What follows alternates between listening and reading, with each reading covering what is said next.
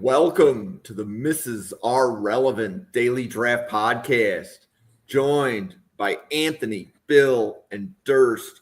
And we are here to talk about Dane Brugler's top wide receiver list. But before we go into that, Anthony, any good news coming out of preseason right now? No news is good news, I guess. So, we're Jets are doing that thing. We picked up a big win over Green Bay, which doesn't happen often. Our offensive line actually looked good. I think I'm actually going to go to the game we play tomorrow night against the Giants. And I think I'm actually going to be there. So I'll get a in-person scouting of what the Jets are looking like this year, which we'll see. We'll see how I feel after the game. So, Bill, are the Browns down to QB7? QB7. We also are getting Quinshon Judkins back after his legal battle, signing Isaiah Bond after his legal battle. Pretty sure Paul Crew is on our next watch list once he gets out of jail at this point. But no, by all accounts, we're looking at seeing Dillon Gabriel take first team start tomorrow versus Philadelphia, but it could potentially come down to him and Shedeur Sanders. But at this point, we're turning over every rock, leaf, and everything to find a quarterback. They say if you have 4 quarterbacks, you have none. Well, what happens when you have 7? We don't know. Cleveland's going to find out. You have a whole Manning and passing academy going on at the Cleveland Browns now. We have the new Manning family collective in the passing academy down here. We just everybody is a passing academy. Everybody. Have you ever thrown a ball before? Todd McShay, he's the Browns' new quarterback. But let's roll with it. And Durst, how is summer scouting going for you? Yeah, so I've been kind of diving into the wide receivers. I didn't get to everybody on Brugler's list, but I've gotten to quite a few of them then. Cool. Well, I will share the graphics shortly. My computer is actually acting up right now, so I have lost a little bit of control. But Bill, when you looked at Dane's wide receiver lists, anything jump out to you? Yeah, so I think the first thing that jumps out to me is the amount of love that he has for Chris Bell, the wide receiver from Louisville. Because, listen, I like Chris Bell. He's a top 100 player for me. I have him 83rd overall on my big board right now. And I mean, you look at his size, you're talking 6'1", 227. That's probably going to run somewhere in the mid 4.4s in terms of 40-yard dash. So a true, really good size speed blend. Very physical, can bully smaller defensive backs and win through contact. It has a run after catch ability that's like a freight train. Once he gets up to speed and going, he is hard to bring down. But the problem is there's a lot of concentration drops on his tape, and his route tree isn't as nuanced as you would like, especially on in-breaking and out-breaking routes. They're not as crisp as they could be. There's a lot of rounded off routes. So I see the vision, but I think we might be jumping the gun just a little bit on Chris Bell. I know Brugler has him high. Corey Kinnan has him high. I know Ryan Roberts has him high as wide receiver 2. Anthony, are you on the wide receiver 2 train for Chris Bell? Not quite. I see him pretty similarly to you. He's 105 on my board right now. I'm not sure where exactly in the wide receiver rankings, but it's not wide receiver 2. Listen, I think you have to like the after the catch stuff. I feel like Deebo Samuel's kind of become like a cliche comp these days, but I actually think it's a pretty fair one for Chris Bell. You see that sort of, running back-esque ability when he has the ball in his hands. And you talked about the size, 6'1", 220, like he has the strong enough frame to basically bounce off tacklers, but he also has the speed, that 4.4 estimated speed to be able to outrun them. So he can be so dynamic with the ball in his hands, but there are just questions about his just pure ability as a receiver. You talked about the drops, you talked about the routes. Also, he's not somebody that's really going to stretch the field. He is a fast receiver, but he's not really that home run threat. He is more of that, short game underneath, kind of, again, like get the ball out quick to him and let him just do the rest, which he's very good at. But to me, that's not really somebody that's a wide receiver too. And I mean, I we don't know where exactly on the board that would put, where wide receiver 2 ranks on Brugler's hypothetical big board. I would assume that puts him in the top, 20 to 30 range. And if you're basically a first round pick, and if you're taking a receiver like that, I wouldn't use a first round pick on them. Durst, if you want to share some thoughts on Chris Bell as well. So at the beginning of the week, I did publish a graph that I did where I was grading 20 different wide receivers and 10 different categories. And Chris Bell was one guy that I had not watched. So now he's a guy I'd seen because when watching Tyler Shuck, I had watched him, but I thought he was more like a Caden Prather type of receiver. But I did go back and watch him when I realized that Dane plus a few of these other guys had ranked him really high. I was like, okay, I got to give this guy a second look. And then I felt like he was more of like an Xavier Leggett kind of guy. So a guy that's, a little bit older, took a little while, last year was his first year as a starter, and I think that was his junior year. So, they say with wide receivers at the beginning of the route, every route should look the same. The problem with this guy is it looks the same from the very beginning to the very end of the route. It's just basically the same route over and over and over again. So I do think this guy has a long way to go, but at the same time, I can't talk too much because I'm really high on another guy that's basically just a poor technician, a poor route runner, and is an extremely good athlete. So I think we may end up getting to him later on today. So I can totally get on board with somebody who wants to bet on traits, throw a name out there that, you might kind of hit that lotto, like, wow, he got him a whole year of time. Yeah. So Durst, I have to ask, is that name that you're referring to about betting on, is that Nick Harbor from South Carolina? That is.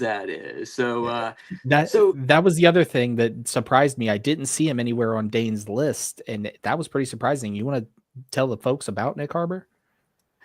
Yeah, so of course, if you want to get into our podcast on South Carolina, we did a podcast, I guess it was May probably, on South Carolina, breaking down everybody. And I brought up the question there that, does anybody here think he might be playing the wrong position? Which sounded like a crazy question, but a couple weeks later, it was brought up in the NFL Stock Exchange. And then a couple weeks later, or maybe a month later, somebody else got on it. I think it might have been Todd McShay, but there was a few people that like, this guy came into college football as a tight end / defensive end, moved wide receiver, presumably because he was still running track. And it's like, okay, what position can I play and just, keep the weight or maybe even drop some weight a little bit. So he finished 18th on my scouting when I'm actually grading the individual traits. But at the same time, he was my number 1 quarterback when I did my top 50 big board. Now, how can I have such a big discrepancy? Did I say number 1 quarterback? He can play quarterback. He can play. Hey, he can play anything. I'll put him at quarterback. So he was my number 1 wide receiver in terms of my top 50 big board, which I published earlier in the week. And a couple of days later, I published this wide receiver data chart where he's like 18th in the wide receivers. How in the world can that be? Well, that's what projection is.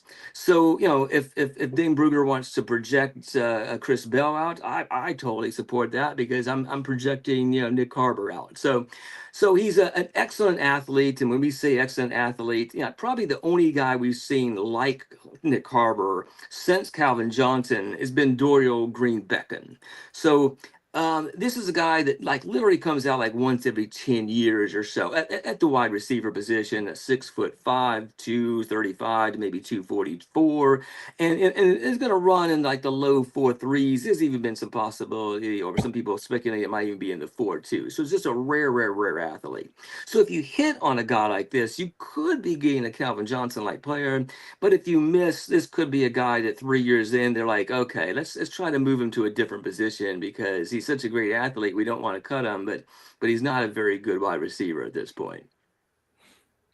Yeah, no, I'm inclined to agree with you. I think for me, I'm high on him because I'm betting on the traits. He's my wide receiver 2 with a 1st round grade. He's actually my 12th overall prospect because you're betting on the traits when you're betting on Nick Harbor because he is he is the definition of an Avengers level threat. Like the super soldier serum was piloted on a guy like Nick Harbor. When you look at him, this is a guy, large frame, a 4.24, 4.25, 40-yard dash time, exceptional vertical receiving ability, can stretch the plane. But the big thing is he runs angry after the catch. He doesn't run with speed, even though he has it. He runs with power. It's like a freight train barreling down the tracks at you.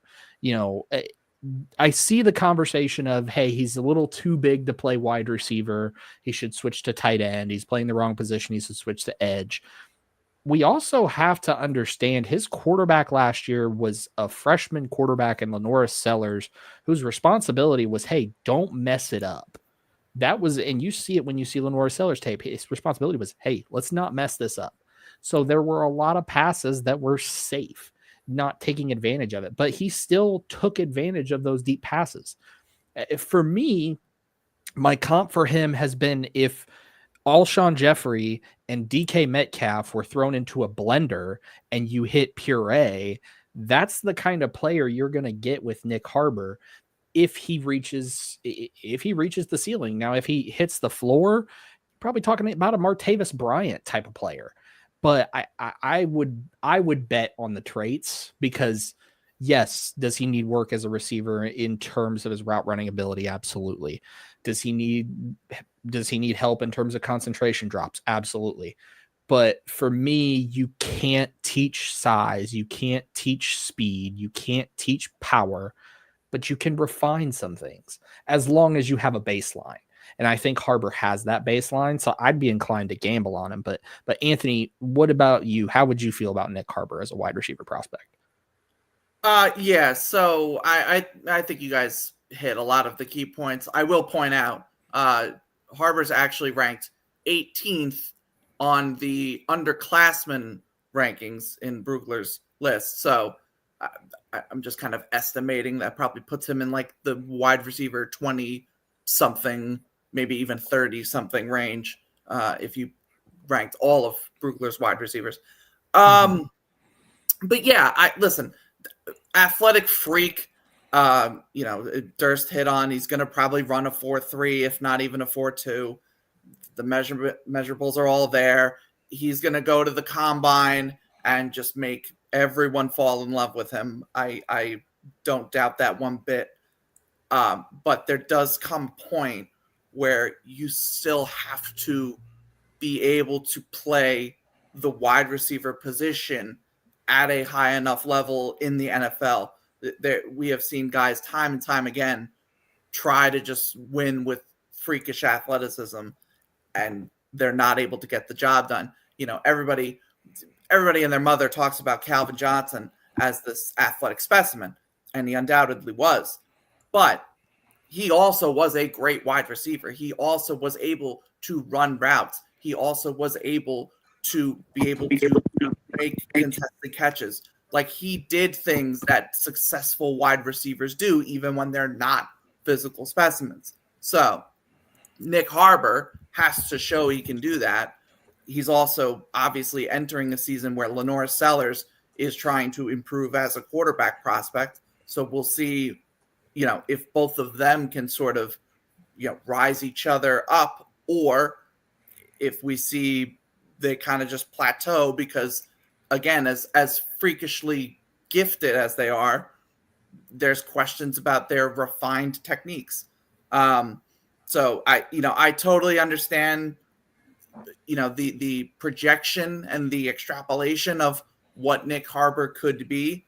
I can't really argue with that, because if he does become this solid wide receiver with all of these athletic gifts, he undoubtedly goes first round. For me right now, I can't take him before day 3. I'm just way too concerned about him just being too raw, too unpolished. I would be concerned if he were my wide receiver 1 or 2 in the NFL, just because I have not seen him really be able to consistently deliver. Okay, I like it. So Another thing that stood out to me, and it comes from talking with you, Anthony, as much as we have, Bryce Lance is his wide receiver 6 for seniors. And for me, I see the vision with Bryce Lance. I certainly do. He's in my top 100, but he's closer to the 100 than he is to the 10. Right now, he's actually, I'm going to pull it up as we speak. He is my 99th overall wide receiver prospect. So he's right there in my top 100. And I see the vision, right? I see the good size for an outside role, tall frame, tall wingspan, 6'3", 207 is what you're getting with him.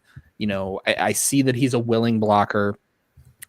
For me, my concerns are twofold. Number one is he's still a little raw in terms of his route tree, in terms of running, really the stem work and the break efficiency. It's not going to be perfect because he is 6'3", so his breaks aren't going to be lightning crisp like a 5'11" Casey Concepcion, but it still looks a little rounded off. And then for me, you always have the conversation of level of competition in the FCS. It's always there, regardless of how hard we want to try to say it's not. It's going to be. So I would be concerned about him going to the next level. The joke is that I'm concerned that he's Trey Lance's brother and he's going to end up like Trey Lance, which would be a perfect path. He goes number 3 overall and ends up on the Dallas Cowboys in a couple of years. But joking, no. Anthony, I know he's your wide receiver 1, correct? He is still holding strong. Still holding strong. Sell the people on Bryce Lance. Tell him why Dane's wrong and he should be higher. Yeah, look, I mean, honestly, I can't even be mad at Dane. It's actually one of the highest rankings outside of my own that I've seen of Bryce Lance. So I have to kind of just applaud Dane. No, look, if you haven't heard me talk about Bryce Lance yet, that's almost impressive. But look, I just think Bryce Lance, in terms of, he checks the boxes from a physical tool standpoint. 6'3", 208 pounds, estimated probably will run like a high 4.4, which obviously isn't blazing speed, but for a bigger X receiver, I think that's pretty solid. He just, watching him, made the most impressive catches that I've seen anyone make that I've done in summer scouting. He makes over the shoulder, one-handed catches in the corner of the end zone. He makes leaping grabs at the front pylon and then has to stretch and get one foot barely touching as he's pushed out of bounds by a defender. And he's doing this like in the biggest games. Like his FCS playoff run is astounding to watch, especially for a guy. This was his first year as a starter. Prior to that, he'd really just been like a special teams guy for the most part. But, this past year was sort of his breakout season, if you will. He had 17 touchdowns. And again, just like dominated the FCS playoffs. Single-handedly almost won them the championship. But I hear you. The competition point is absolutely valid. And there's really no way around it until we get to, Senior Bowl, or if he goes to the Shrine Bowl, whatever. But like once we get to the draft cycle, that's kind of, where he can sort of in the Gray Zabel way, if he can play like that against better competition, he'll rise up draft boards. I'm sort of just, I believe that what I see on tape can translate to that higher level. In terms of the route running, I don't really disagree with you either on that point. I will say I think part of the issue is, North Dakota State is not exactly a dynamic passing offense. This is a team that likes to run the football and then run play action and throw Bryce Lance on a go route and let him make a play because he's able to do that because he's, he has the size, speed, athleticism combination. So he's not really going to get a diverse route tree playing at North Dakota State. There were times where I saw him. I mean, a couple times I saw some dig routes. I saw some whip routes. And I thought he did them well enough to where I would feel comfortable that if he got the coaching and got in a system that wanted to push him on that, he'd be able to rise up and execute that. It absolutely is a projection. I mean, there's no way around it. You're also, they lose their starting quarterback. They're losing Grace Abel. So you kind of have to hope that the North Dakota State offense can sort of keep up. But we've also seen, for a decade plus now, that they just always feel like they reload and never lose ground. So if he is able to replicate the sort of success that he had in the FCS playoff and is able to, expand that to a full season against FCS competition, like in terms of what we saw with Grace Abel, where he kind of was getting like day 2 love throughout the season. And then like the Senior Bowl happened and it was like, oh, he's going to go first round. And he went 18th to Seattle. Like that is the kind of the path I see Bryce Lance potentially taking. Durst, I'll throw it over to you on Bryce Lance if you want. I also, one of the craziest thing on Brugler's rankings for me is Chase Roberts is 22nd on the seniors list, which for me is the most egregious ranking. In my opinion, I think Chase Roberts is a top 75 player in this class for me right now. So Durst, if you have thoughts on Lance or thoughts on Roberts or however you want to go. Sure. So one, I have not watched Chase Roberts yet, and then with Lance, every time I try to Google him, I just end up finding Anthony Russo's face. So I don't know what to say. I can't find any information on him other than from Anthony Russo. No, but in all seriousness, I haven't run him completely through my system and my scoring system, but I have watched him. And, so Anthony touched on a couple of the concerns as much as he likes them, level of competition. One thing he probably didn't mean to sound like a concern, but North Dakota State's run-heavy offense does leave, wide receivers with some one-on-one opportunities. And so, and then finally, he was a starter really for only one season, which, that happens sometimes at Georgia and Alabama. But it does make me kind of pause a little bit that he's I think now a redshirt senior, didn't start until his senior year at North Dakota State, a very competitive team on their level. But we're not talking about Ohio State, and he had to sit behind Marvin Harrison and sit behind Jackson Smith and Jigba, and sit behind Emeka Egbuka and everything like that. So I do have a little bit of concern on that. But I would say that his main things that I love about Lance is his ball skills and body control. So he's up in the air, catching the one-handed, has able to get the feet in bounds. So I do think ball skills, body control, he's going to grade really high for me once I finally finish my scoring on him. I like it. So Newt dropped a question in the chat, and Anthony, I'm going to kick it back to you before we move on to Chase Roberts. How close to NFL ready is Bryce Lance? Yeah. So, I mean, look, I talked about, and you did as well. The route tree just isn't an NFL route tree at this point. Again, I am of the belief that he can get to that level, and with coaching and some time in the league. I think he has NFL size, speed, athleticism, and ball skills.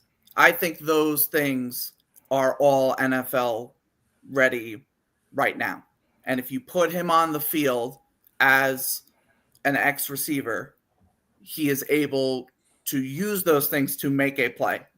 Again, I think the route tree, I also think some of his releases can be not the greatest.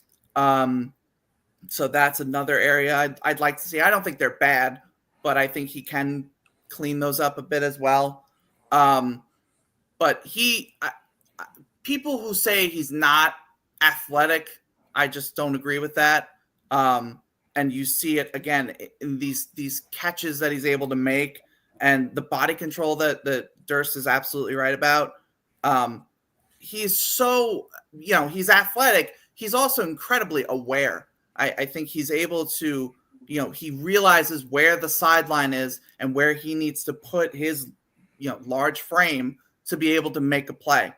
I think he has a higher football IQ than he might get credit for. So, if he's not going to step in, and be a wide receiver one straight out of the gate. I think he'll need a little bit of, again, like refinement and coaching up. But I think the ceiling justifies taking him. I have him 11th on my board right now. So I would say in that middle first round range, I think he can get to a point where you could see him be a wide receiver one. He just may not be the elite prospect that we've seen in years past. So that raises a good point. So if you look at the list on the right with Chris Bell at the top, that's a list of seniors. And the list with Jordyn Tyson on the left is a list of underclassmen.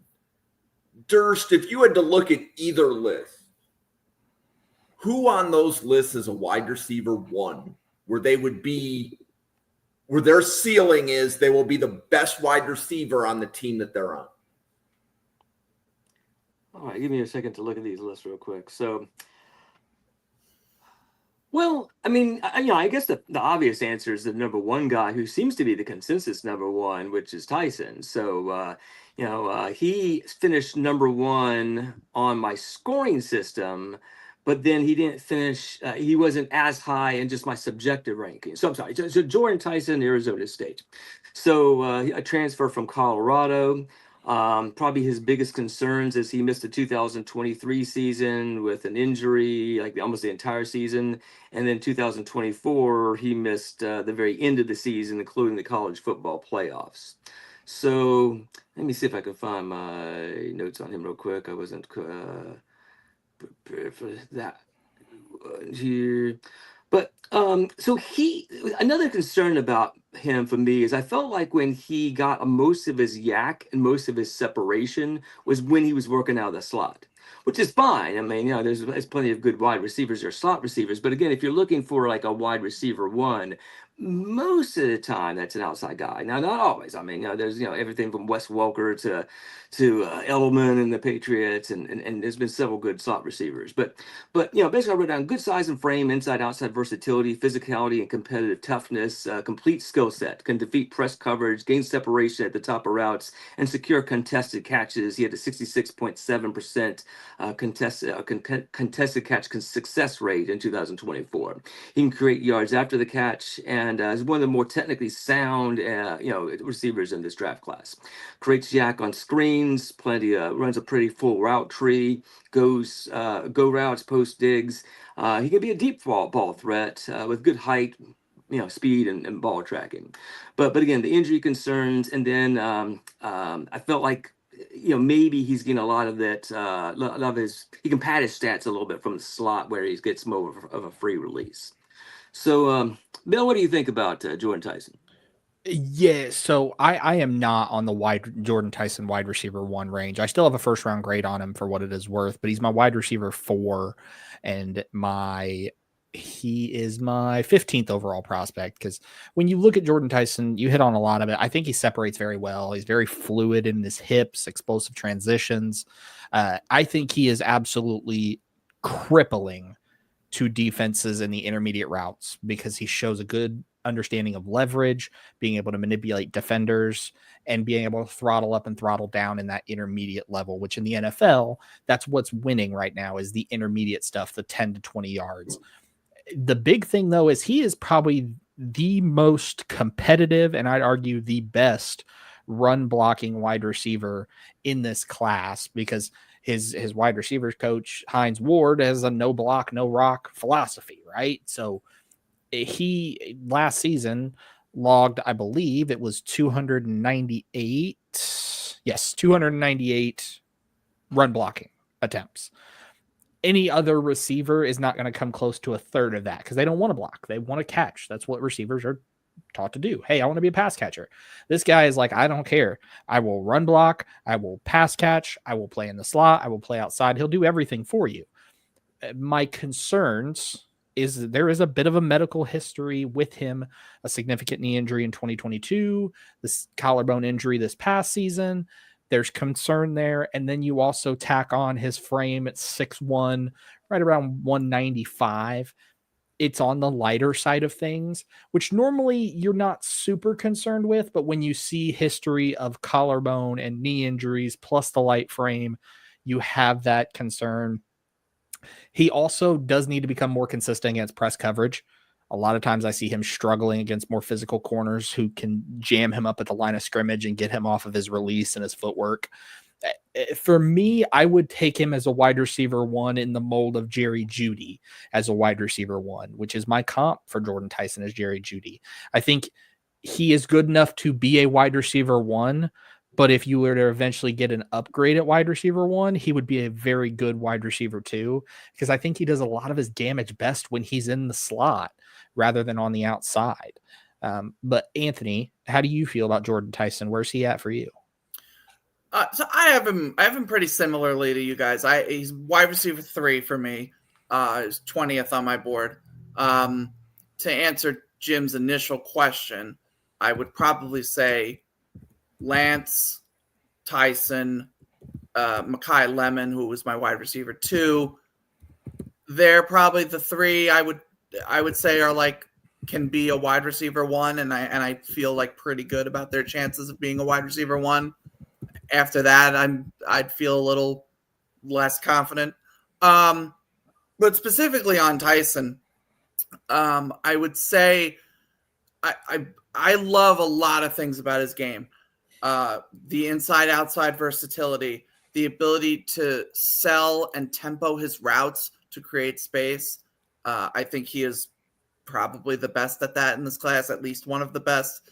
There are several times where he gets open and Levitt will either not see him or miss a throw. He has, everything in terms of good speed, good acceleration, good burst. The 2 big issues that I have with him, one, the medical stuff Bill touched on. And that's just, you kind of just have to see how this year plays out. But it is, it's starting to make me uncomfortable, I'll say. The other thing is I don't think I just don't think his hands are that great. Like so he had 7 drops in 2024, which is not great. And there are just times where he doesn't feel like a natural pass catcher. Like there's one play, I remember it specifically. It's against Mississippi State. And Jordyn Tyson runs, I forget if it's like an out route or if it's some sort of route to where he winds up on the sideline. And Sam Levitt throws it. And it's one of those throws that, like, he's the only one that's going to make the catch, or nobody's going to make the catch. And he makes the catch, but instead of extending his arms and using his hands to make a sideline catch, he kind of allows the ball to come to him. Yes. And yes. Catches it in his shoulder, the way you hold a baby, which, yes, he caught the ball. So it's a good thing. But I want to see a guy make a hands catch, because that to me feels more like what a wide receiver would do, as opposed to you trying to swaddle the football, as you're trying to make this impressive sideline catch. So I think Jordyn Tyson checks so many boxes. He's very talented. I understand fully why he is pretty much consensus wide receiver 1, but it's just the hands and the medicals that hold me back from being all in, easy first rounder, no problem. And again, we'll see how this upcoming season goes, but I don't think he's as fantastic a prospect as some people may feel. Yeah. And I think one other thing too that we have to talk about with him, with Tyson, that we talk about between these two lists is he is an underclassman. He's a junior. And so is his quarterback, Sam Levitt. Obviously, Sam Levitt draft eligible this year. The conversation that we had before we came on the air of underclassmen wide receivers versus senior wide receivers kind of declaring, you look at these two lists of Dane's alone. For me, I would take every name on the left-hand side for the most part, right? So Jordyn Tyson, Carnell Tate, Eric Singleton, Denzel Boston, Antonio Williams, Kevin Concepcion, who is my wide receiver 1 right now. A lot of those guys, before you even get to the first wide receiver on the right in Chris Bell, like I said, he's in my top 100, but he's closer into that 90 to 100 range. And we talked about it. I think we're going to see a lot of underclassmen declared this year, especially for 2 reasons. Number one, wide receiver is like a running back position where it's about the tread on your tires, because the more hits you take, the more likely you're going to end up with an injury like a Jordyn Tyson, where if he gets injured this year again, knock on wood, it's going to damage his stock even more.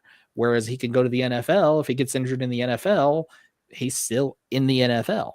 The second component that's out there, but it isn't really talked about as much, is the 2027 class with guys like Jeremiah Smith and Ryan Williams and Cam Coleman. These guys that are superstar wide receivers. And if you're a Jordyn Tyson or an Eric Singleton Jr. or a Kevin Concepcion, are you going to say, well, yeah, I'll go back to school and come out in 2027 and have to compete with those guys for wide receiver 1? Or do you say, I'm going to take my chances and compete with a Carnell Tate and a Jordyn Tyson and a Chris Bell for wide receiver 1 in 2026? So, and I wanted to spend a little bit of time on that because I know, Bill, you and I within the Draft Professor chats have talked about this, that it feels like the higher rated wide receivers right now coming out of the summer are the underclassmen. Anthony, do you see it that way, that you think that you are higher on more of the players on the left than you are on the right, minus Bryce Lance? Yeah.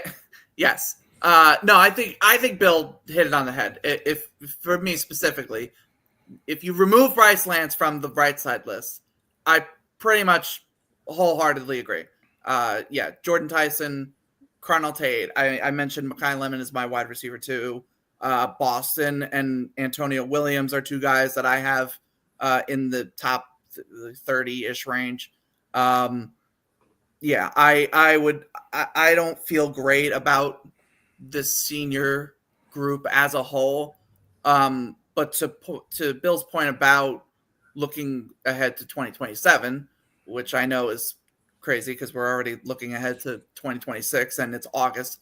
But if you're one of these underclassmen, if you're a Jordyn Tyson, a Carnell Tate, a Makai Lemon, whoever, you kind of have to think about, okay, well, if I don't declare this year, and if I'm getting first or second round love, from the league, next year I have to compete with Jeremiah Smith, Cam Coleman, Ryan Williams, Wingo at Texas, Bryant Wesco at Clemson. Like, they're 2027, as of this moment in time, on paper, is going to be absurd.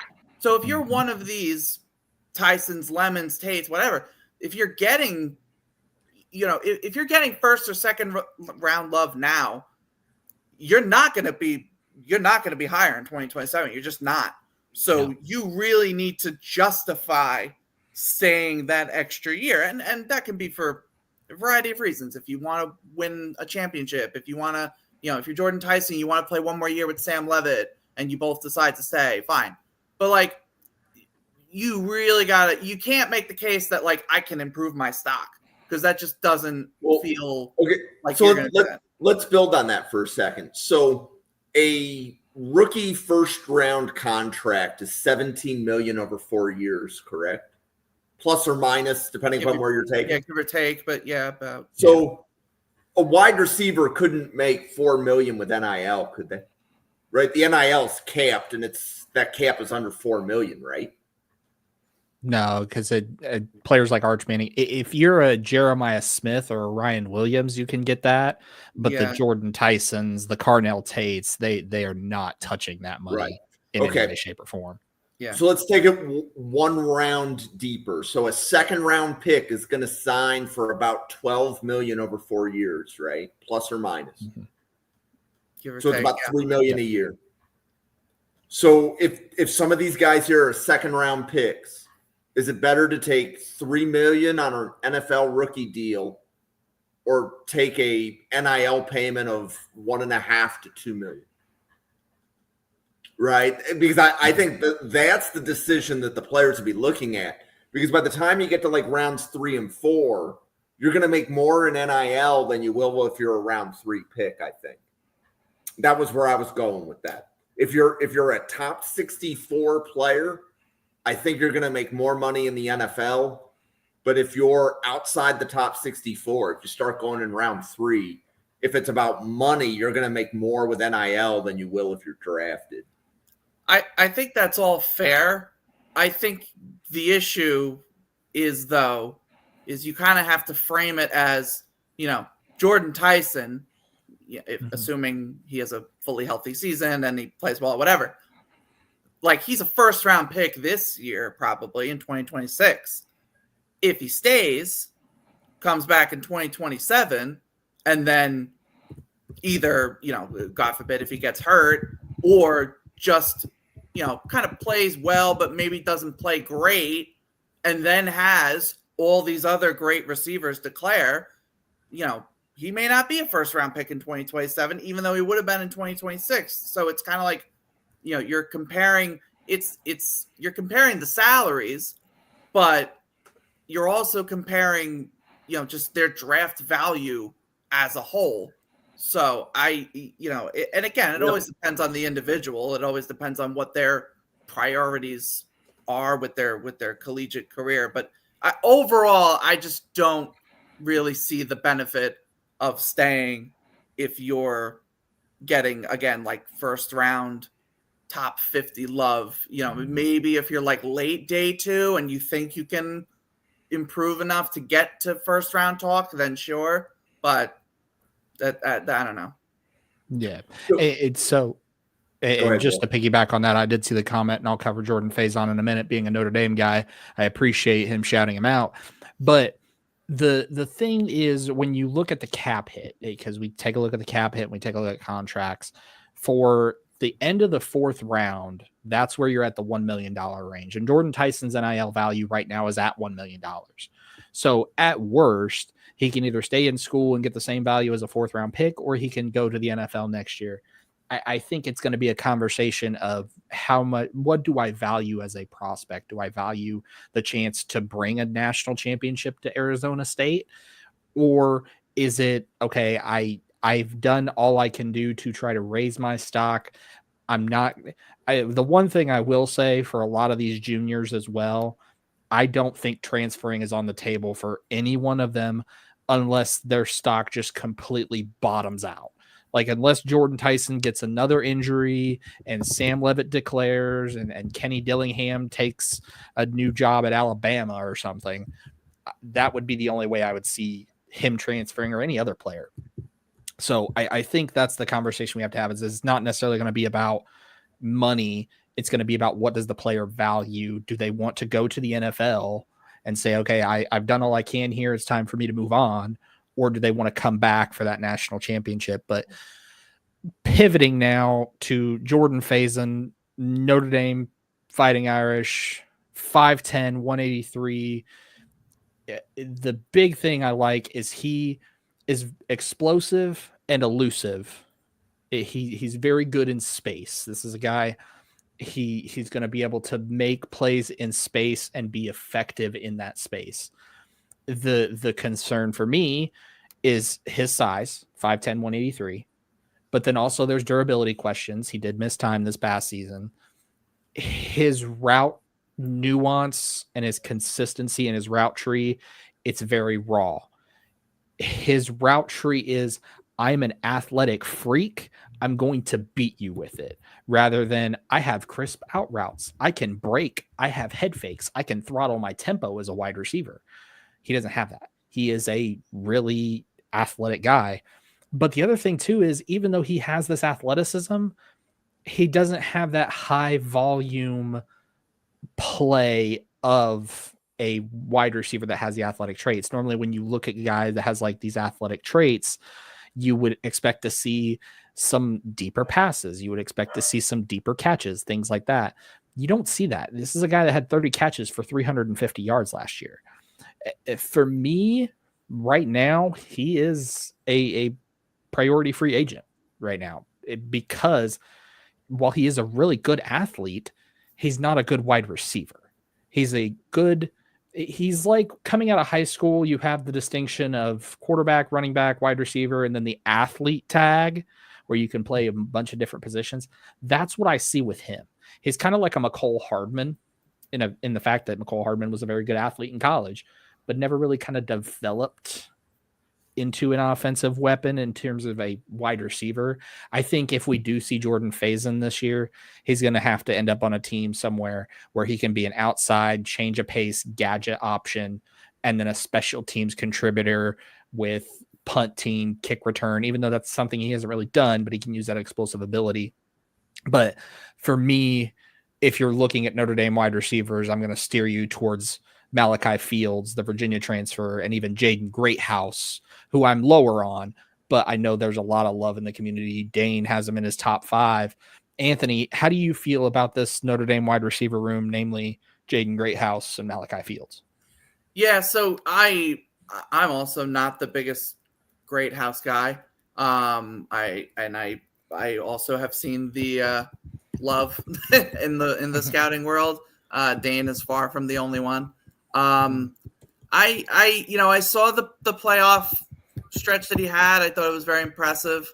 And I might sound a little hypocritical because I just spent all this time talking about how Bryce Lance's playoff run was so impressive, and that's why I love him. But I don't know. I didn't think the routes and releases were that great.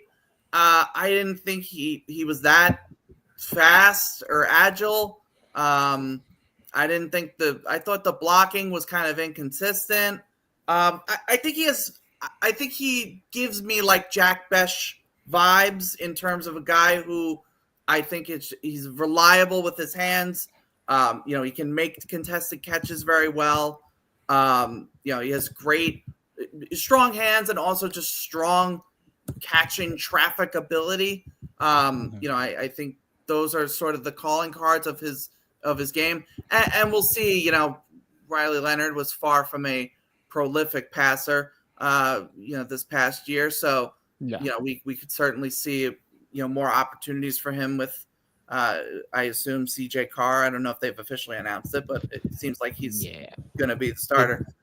It's between Carr and Minchie at this point, and by all accounts, it's a flip a coin on who you talk to with Notre Dame. But Durst, what's your opinion on this Notre Dame wide receiver room between Malachi Fields and Faison and Greathouse?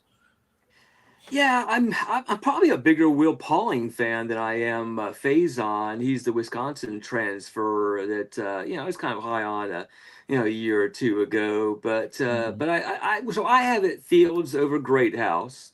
So I'll talk a little bit about Fields, but just missed about that. There we go. Virginia transfer 2021 to 2024. Fields is a big power forward type of boundary. We're talking about 89% wide receiver who displays strong hands and play strength to defeat press coverage and at the catch point. Uses long sculpted arms to pluck the ball, does a good job framing the ball, presents as an easy option on slants and hitches. Long strides eat up the cushion, can sink his hips and decelerate well for his size, can make catches outside his frame, and an above average run blocker with some coverage experience on special teams. So I have him as the top, wide receiver on Notre Dame. I'm sure Irish fans that are kind of like, they've seen the Irish guys, Faison and Greathouse a little bit longer. But to kind of give an impression about what I think of Malachi Fields, I have a comp for him as being that Michael Pittman kind of level player. I actually wrote down Michael Pittman with a slight chance of Kelvin Harmon, the NC State guy who ended up going like maybe 6th or 7th round and didn't really do all that great. So now for Greathouse, again, I think, for college fans that are just kind of like watching, college, once it gets to to the college football playoffs, you're going to think, Greathouse is like the guy, the best wide receiver in the college football, because he did have a great postseason. But, so a bigger receiver at the college basketball background, Greathouse's combination of size, quickness, and route running make him an ideal fit as a big slot in the Irish offense. Came up big in the college football playoffs, showing the ability to defeat press man against Penn State and Ohio State nickelbacks. Now, I think that's an interesting part of my evaluation here, is a lot of times when you're evaluating slots, you don't see them going against press man in many, defense against that type of scheme and so forth. So Ohio State and Penn State are two of the only really teams in all college football who actually press from the slot position. So most of the time they're playing much further back. It might be an overhang defender. You may be going against a linebacker or a safety sometimes. So that's something I do kind of like to see when trying to project him going forward. Flashes some run after catch ability on limited opportunities, excellent ball tracking in hands, and Greathouse has just one drop in his entire career. But he did not receive high volume in Notre Dame's offense and does not run a very diverse route tree. An average athlete with below average speed is kind of how I see him. Probably a slot only in the pros. Wasn't a big factor in special teams, has one career punt return and 0 kickoffs. So I saw him as more of like a Jalen McMillan. That would be my comp for Greathouse, where I saw Fields as more of a Michael Pittman type of guy. And then the other two, Will Pauling and Faison, I mean, I think they are probably just special team return guys, back into the roster guys. They're fringe draftable. Yeah. So let me interject here, because I want to make sure that we get as many of the names on the audio for the Spotify. So Dane Brugler's top 12 underclassmen were Jordyn Tyson, Carnell Tate, Makai Lemon, Eric Singleton Jr., Jaden Greathouse, Denzel Boston, Antonio Williams, Kevin Concepcion, Deandre Moore Jr., Jayce Brown, Zachariah Branch, Aaron Anderson. And I have a question for you, Anthony, on 11 and 12. Who is your favorite slot receiver in this class? And is it Branch, Anderson, or somebody else? It is not Branch or Anderson. I believe, if I'm not mistaken, and I'm just going to my board to confirm that I'm not forgetting anyone. Yeah, so right now it would probably be Eric Singleton.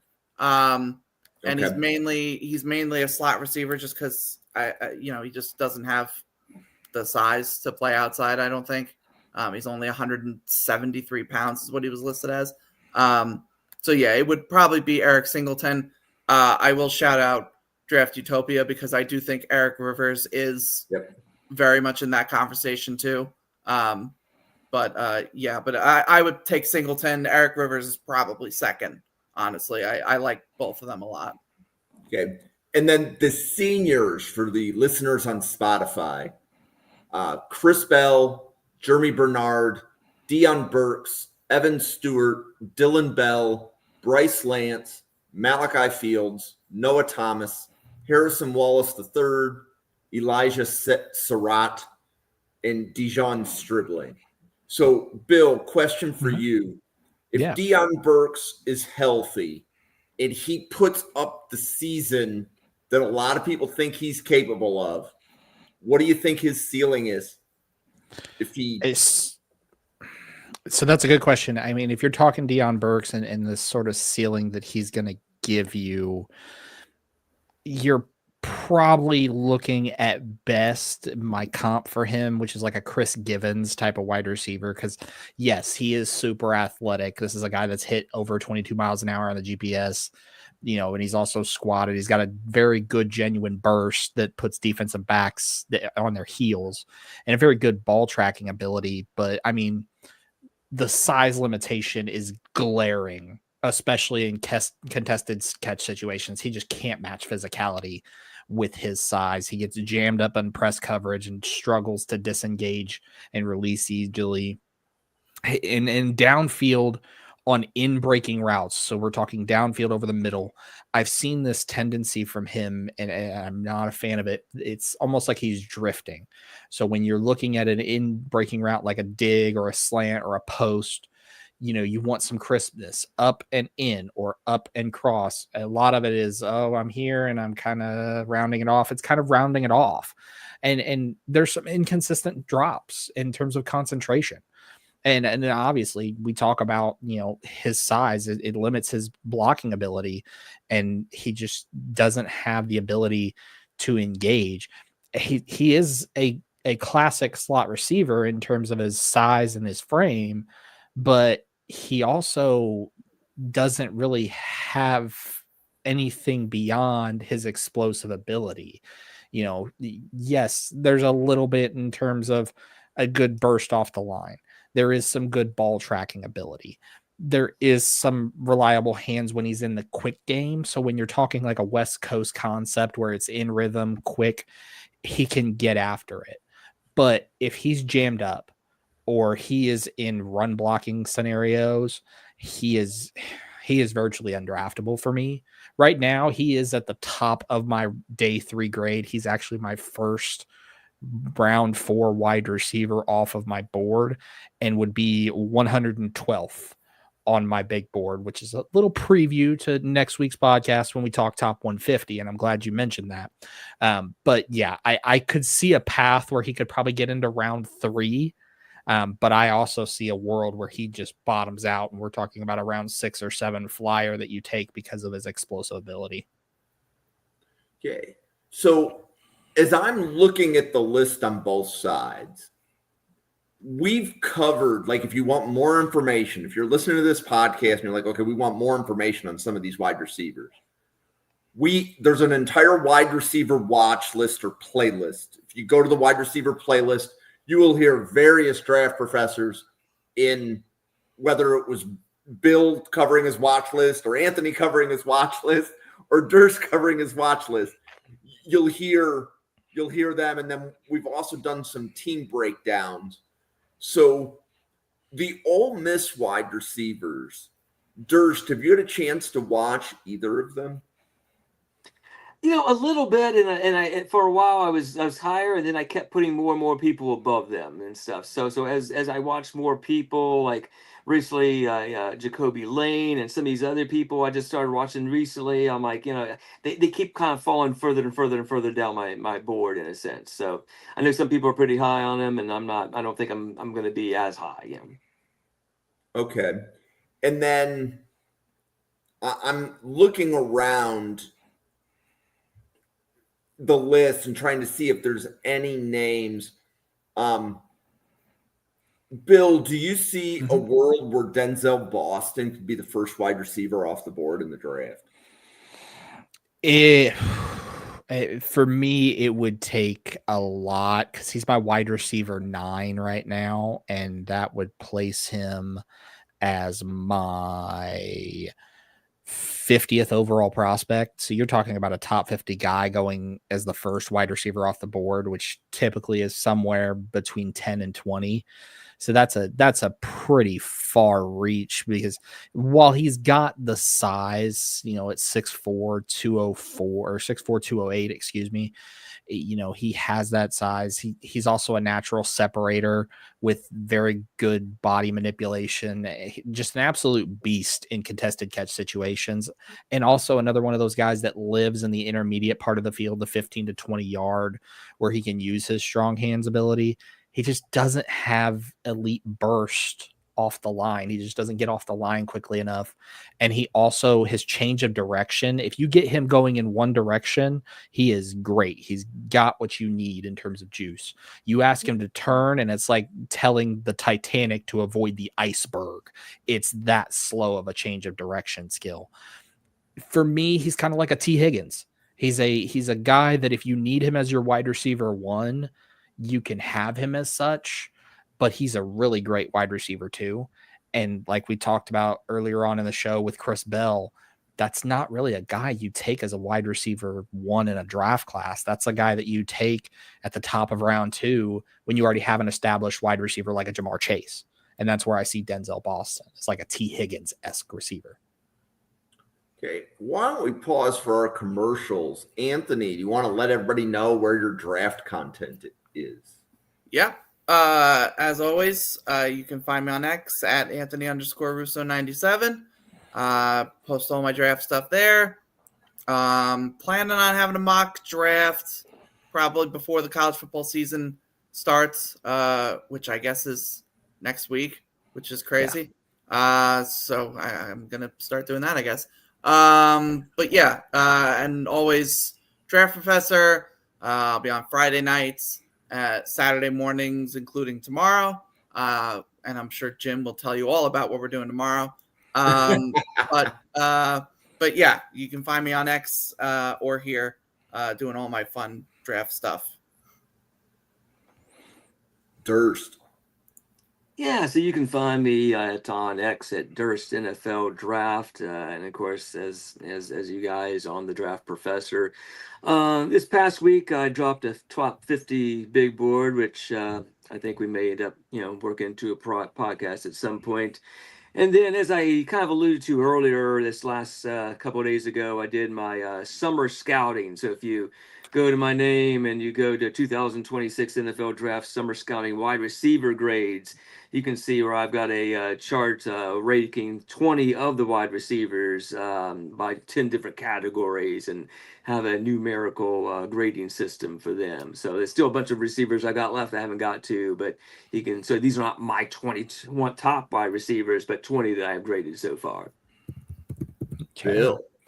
Yeah, so you can find all of my content over on X at Spark Scouting. You can also find me on TikTok, Threads, and Substack. If you search Spark Scouting, my lovely mug will pop up. Also a writer and analyst for the Right Way Sports Network. It's TWSN.net. I also just recently dropped a first-round mock draft this week over at TWSN.net. People love it. They don't hate it. There's no disagreements. It's the perfect mock draft. Everyone is loving it. Go check it out. You'll probably be the first to disagree with it, probably.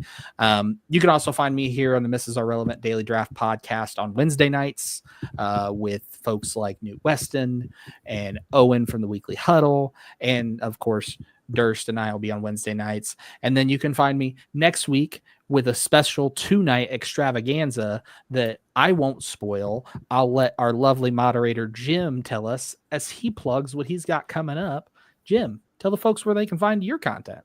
Oh, thank you. So some of that is down below. So we've had a couple of frequent visitors. I think Newt Weston stopped by.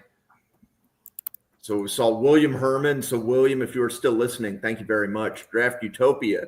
It's Chris, right? Thanks for stopping by. JPC, you're here nearly every night. Thank you. Newt, Draft Professor. You'll see Newt on Wednesdays. Steve, new to the podcast. Welcome. Thanks for stopping by. So on this channel, we cover the draft. We cover the draft every day. So you will see podcasts next week, 7 p.m., 9 p.m. Eastern, every night of the week. So Monday night, top 5 SEC wide receivers, and we're doing an Illinois draft preview. Tuesday, offensive line coach Jim McNally is coming on the podcast, and I believe it's an Iowa State preview with Randall and Andy. Wednesday, as Bill said, master watch list.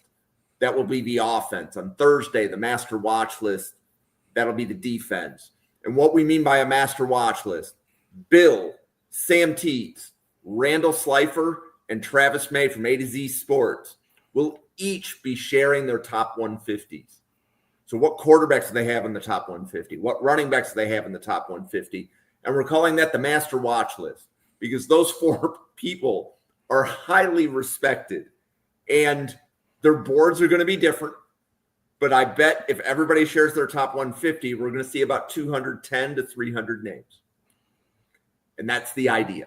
So that's going to be the master list of players that we think everybody should have eyes on as they're entering the college football season.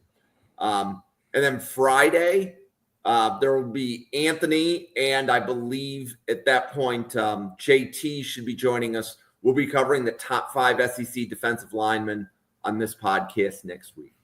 But if you don't want to memorize that schedule, just go on YouTube, hit that subscribe so that you're notified when the podcast is live. It's really just that simple. You don't have to memorize the schedule. Just stop by every night, guaranteed it's new content. And by the end, you are going to know more about every prospect in the draft than any fan out there. That's who we are at Draft Professor. That being said, any other wide receivers whose names we want to drop before we close out the podcast? Bill? I will continue to scream from the mountaintops about Kevin Casey Concepcion. He's my wide receiver 1.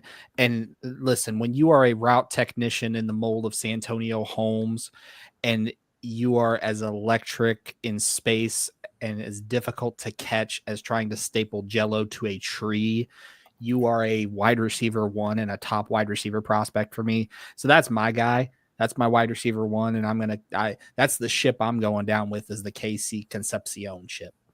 Yeah. Durst, any other wide receiver names you want to drop? So I want to drop 2 just real quick. One is Brandon Enos. So he's the Ohio State slot guy. I actually have him above Carnell Tate, which I think has a lot of people kind of questioning that. They both came as like 5-star recruits, but Tate has basically outplayed him the last couple of years. But Enos plays more the slot receiver position, so he's a little bit more like the Jackson Smith and Jigba and Emeka role versus the outside guy. And that has been a role that has dominated targets. So we're talking about Jackson and Smith and Jigba as having 1,606 yards in 2021, and Ibuka having 1,011 yards in 2024. Again, both primarily playing as slot receivers in that Ohio State offense.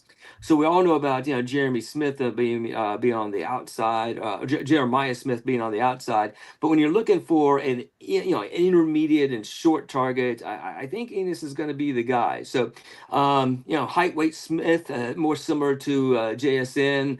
He looks smaller on film. He's not a speedster, but he has a good feel for finding open spots. Utilizes short, choppy steps to quickly maneuver in the short to intermediate levels of the field. He's also returned a combined 17 kickoff and punt returns in 2024. So he might be a guy that has to return for his senior year, but I'm kind of high on him. Another guy, just real quick, that I'm high on that draws a lot of eyebrows sometimes is Barry Brown. So he's the former Kentucky, now LSU wide receiver. And I have Hibbs' comp as being Xavier worthy. So speed jumps off on film, excellent burst and acceleration, electric in the open field, elite start-stop quickness, special teams value. He averaged 11.3 yards per rush and led the nation with 36 yards per kickoff return with 3 touchdowns in 2023. Now, his production has tailed off like each of the last few years. He showed a lot of promise as a freshman, but Kentucky's quarterback play kind of regressed from Will Levis to Devin Leary to the Georgia guy that transferred there last year. They ended up retiring. But anyway, below average size and frame, production went down each of the last 3 years. He's more of a body catcher with a greater than 10% career drop rate. 12%, greater than 12% each of the last 2 seasons on the drop rate. He has a little difficulty getting off press, play strength and physicality and blocking. But in the end, I think he's a guy that could end up making having a breakout season now that he's joined with LSU and Garrett Nussmeier. Combined his 2 names, Garrett Nussmeier. And then I think he could be a huge riser in the postseason events, including the NFL Combine. So, Anthony, any wide receiver names that you want to drop? Yeah, I'll throw out 2. Both are on Brugler's list, but not in the top 11 or 12, whatever we were showing. First one, Lewis Bond out of Boston College. He is undersized. He's only 5'10", 188 pounds. But despite that, has a really solid contested catch rate. 10 catches on 15, 10 contested catches on 15 contested targets. Impressive ability as a ball carrier after the catch at 21 missed tackles forced this past season. Really smart player, which you might expect from a Boston College guy, but understands route tempo and being able to change speed, for what is needed to be able to get open. People are going to get turned off by the smaller frame, and his arms are not ideal length, all that stuff.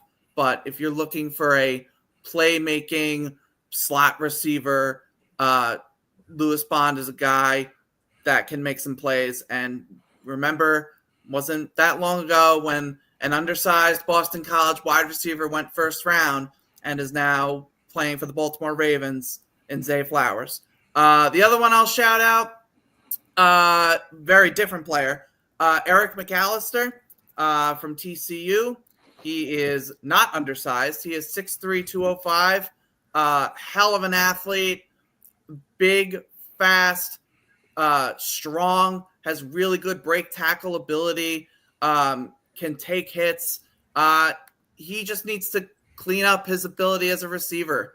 5 drops on 58 targets, fairly raw as a route runner, I'd say, but the tools and the traits are there. And now stepping into sort of the wide receiver 1 role with Jack Besh and Savion Williams moving to the NFL, we can see that emergence from McAllister this year. Josh Hoover is a quarterback that has gotten some sort of some sleeper sort of buzz in the QB world.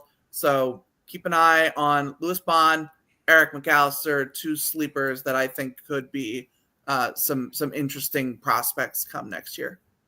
Yeah, so I've got a couple names as well. So Chris Hilton from LSU. So LSU has 4 wide receivers. You're gonna need to take some notes just to keep track of all 4. So they have Aaron Anderson, they have Barry and Brown, they have Nick Anderson, and they have Chris Hilton.